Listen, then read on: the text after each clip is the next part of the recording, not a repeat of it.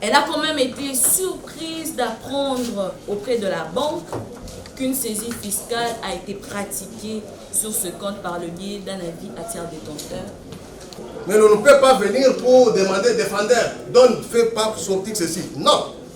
La société Fraser Alexander DRC, représentée par sa présidente Latere Lona, vient au tribunal de grande instance de Kinshasa Gombe solliciter la main levée d'une saisie fiscale opérée sur ses avoirs. La demanderesse donne assignation à la Direction générale des impôts, au chef de recouvrement et receveur principal des impôts, à la RDC et à la société Standard Bank. Les faits remontent à l'année 2024. Selon les avocats de la partie demanderesse, leur cliente serait victime d'une saisie fiscale opérée sur ses avoirs logés à la banque Standard Bank, une saisie qui aurait été pratiquée en vertu de l'avis à tiers détenteur du 6 août 2024. Ils affirment que l'audit avis à tiers détenteur porte sur une somme de 6 milliards 412 59 759 francs congolais qui serait due à la DGI en vertu de l'avis de redressement du 15 mai 2024. Ils soutiennent que les règles de forme pour procéder à un avis à tiers détenteur n'auraient pas été respectées au motif que leur cliente, par sa correspondance du 12 juin 2024, contesterait l'éligibilité de cette somme que réclamerait la DGI et aurait également introduit une réclamation préalable contre ces actes de poursuite à travers laquelle elle aurait rappelé à la DGI qu'elle serait bénéficiaire d'un sursis de recouvrement. À l'audience du jour, les avocats de la partie demanderesse soutiennent que cette saisie préjudicie les intérêts de leurs clientes. Ils sollicitent du tribunal d'ordonner la main levée de tous ces actes de poursuite pour prématurité. Elle a quand même été surprise d'apprendre auprès de la banque qu'une saisie fiscale a été pratiquée sur ce compte par le biais d'un avis à tiers détenteur. La pièce maîtresse, c'est la pièce 22. Donc, elle est surprise d'apprendre auprès de la banque qu'il y a une saisie fiscale qui a été pratiquée, qu'elle conteste être dans l'obligation de payer ces sommes mises en recouvrement, qu'elle sollicite par conséquent la main levée des actes de poursuite dont elle fait l'objet. Telles sont les raisons qui fondent la présente demande. En droit, Madame le Président, honorable membre de la composition, Monsieur, Mesdames, organes de la loi, si votre tribunal peut me le permettre de passer la parole à mon estimé confrère pour pouvoir développer le moyen lié au droit. Je souhaite, c'est très important, c'est la légalité. Ne fût-ce que cette pièce, si vous pouvez demander qu'ils mettent ça à notre disposition. C'est entre les mains du ministère. Non, pas nos pièces. C'est leur pièce. Parce que c'est un préalable plutôt. Donc, un avis de confirmation des éléments déclarés ou un avis rectificatif. Parce que s'il n'y en a pas, c'est comme ma collègue l'a dit, que mon confrère l'a dit, c'est prématuré. C'est l'article 38 qui prévoit ça. Donc, s'ils ont ça, qu'ils nous donnent. Sinon pas que Allez en droit, c'est les droits. Bon, je voudrais que avec votre allez en droit. Voilà, je voudrais que votre tribunal puisse acter ou constater qu'il n'y a pas un avis rectificatif ni un avis de confirmation dans le dossier. C'est très important. Il y a quelques dispositions il y a quelques dispositions simplement qui sont pertinentes et relevantes ici dans la loi portant réforme de procédure civile. Ce sont les dispositions de l'article 26, dispositions de l'article 35, dispositions de l'article 36, 37 et 38. Et puis vous avez les dispositions de l'article 59 et de l'article 110. Mon collègue, mon confrère a longuement plaidé. Donc je ne vais pas revenir sur ça, mais je vous cite ces dispositions pour simplement attester que ce qui a été fait est prématuré.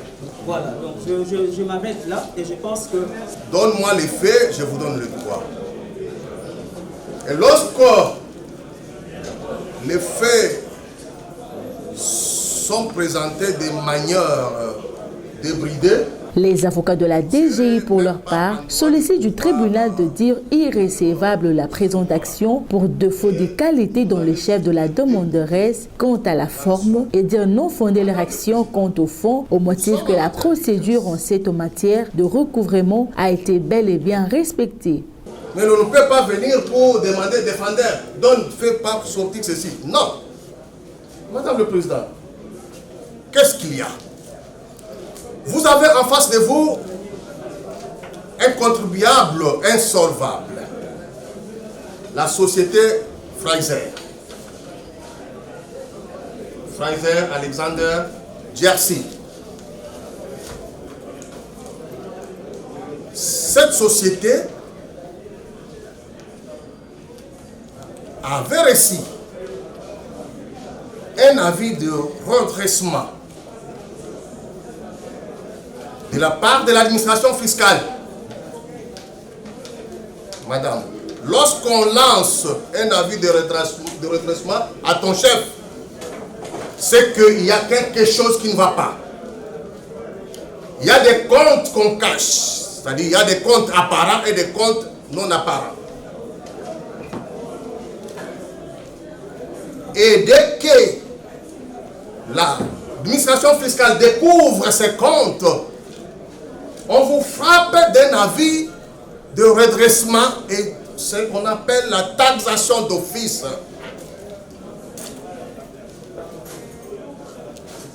Alors, Madame le Président, c'est ce qu'a fait l'administration. Elle a découvert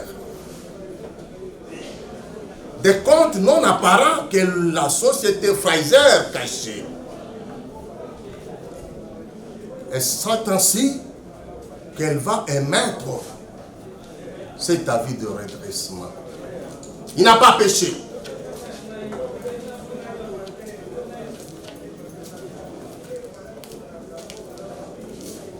Et vous verrez, Madame le Président, avant même d'entrer dans le jeu, j'aimerais soulever d'abord une question d'ordre public. Les défauts de qualité dans le chef de Messieurs Laterre. Nulle part nous a produit les statuts et d'où tire son mandat. Il est frappé d'un avis de redressement puisqu'il y avait des comptes non apparents qu'il cachait à l'administration de DGI. Et contre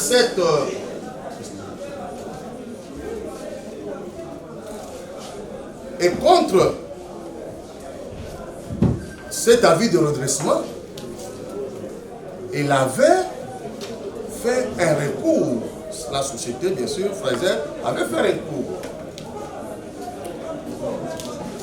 Il y a en faisant le recours, la société API, l'administration fiscale n'était pas en mesure, n'était pas obligée de répondre. Et cela ne pouvait pas amener ou faire arrêter la procédure déclenchée. C'est pourquoi elle va envoyer les amers, c'est-à-dire les avis en recouvrement, que prétendre que nous bénéficions de ceci fiscal. Cela ne veut pas dire que la procédure s'est arrêtée.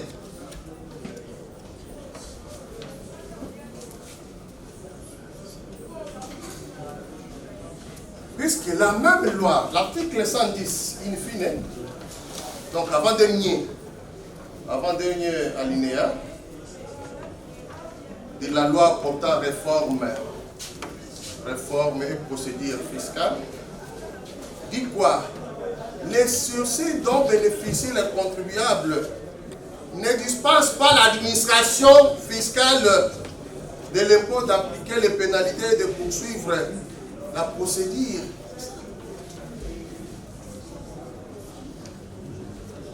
Et pour payer même, et pour en bénéficier, il faut payer les 10% du montant réclamé. Et c'est ce qu'ils ont fait. Mais si vous bénéficiez, il faut vous acquitter de cette obligation. C'est-à-dire les montants réclamés. Alors, je ne peux pas venir vers vous pour vous dire que nous bénéficions d'un sursis, mais les actes posés par l'administration fiscale sont contre les gains. Non. Non, votre honneur. Et pour chuter votre honneur, vous tirez cette cause du recevable pour défaut de qualité. Mais si vous passez outre ces moyens, vous allez dire l'action non fondée, puisque la procédure en cette matière a été bel et bien respectueuse. La République soulève bien évidemment la fin de non-recevoir de la présente action tirée du défaut de qualité. Les avocats de la RDC, pour leur part, sollicitent également du tribunal de dire irrécevable la présente action pour défaut de qualité dont le chef de la demande reste. La République soulève bien évidemment la fin de non-recevoir de la présente action tirée du défaut de qualité. Non pas en des termes que la partie Direction générale d'impôts et chef de division ont pu soulever, mais nous prenons un autre sens.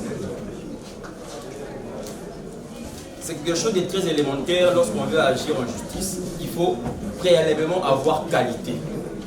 Là, c'est un principe. Lorsque vous regardez l'avis à tiers détenteur émis par les chefs de division de recouvrement et receveur d'impôts, principal d'impôts, vous jetez un coup d'œil au commandement signifié par les huissiers du Trésor et la contrainte, nous ne savons pas si nous avons l'attention du tribunal. Oui. Si vous observez bien évidemment votre honneur, le 3 pièces cité ci-dessous, vous allez vous rendre compte que les chefs de division du recouvrement et receveur principal ont émis toutes ces pièces à l'encontre de Fraser Alexander DRC Sarl. C'est très fondamental, votre honneur. Mais si vous observez bien l'exploit qui vous saisit à l'audience de ce jour, vous allez vous rendre compte que c'est à la diligence de la société Fraser Alexander DRC, Société par Action Simplifiée, SAS. Bien évidemment, procédé disjointé par son président. Nous sommes d'abord dans la forme que cette société prend ou a pris pour ester en justice dans la présente cause. Prenez besoin de vous dire ce que la doctrine dit ou la jurisprudence par rapport au défaut de qualité, puisque ça ne serait que répétition. C'est tellement patent qu'on pourrait seulement se limiter à ça. Et les tribunaux des séants déclarera la présente action irrecevable. Mais puisque nous devons plaider à toute fin utile, je laisse la parole à mon estimé confrère pour essayer bien évidemment d'étayer d'autres moyens que la RDC entend soulever dans la présente cause. Nous avons dit. Le ministère public, dans son avis, sollicite du tribunal de dire irrécevable la présente action pour forclusion de délai. La forclusion. En ce qui concerne nous trouvons situer et développer tous les moyens soulevés par les départements. Parce que le préalable, en ce qui concerne la forme, c'est une porte qu'il faut d'abord ouvrir par la clé. Et quand vous n'avez pas la bonne clé pour ouvrir cette porte, la porte sera définitivement fermée. Vous allez donc constater, à partir du moment où le recours a été adressé, en date du 4 juillet 2024, jusqu'au jour où vous avez été saisi, nous sommes déjà au-delà des délais. Par conséquent, votre tribunal va devoir ordonner la forclusion de la titre. Après avoir entendu toutes les parties et l'avis du ministère public, le tribunal clôt les débats et prend la cause en délibéré pour se prononcer dans le délai de la loi.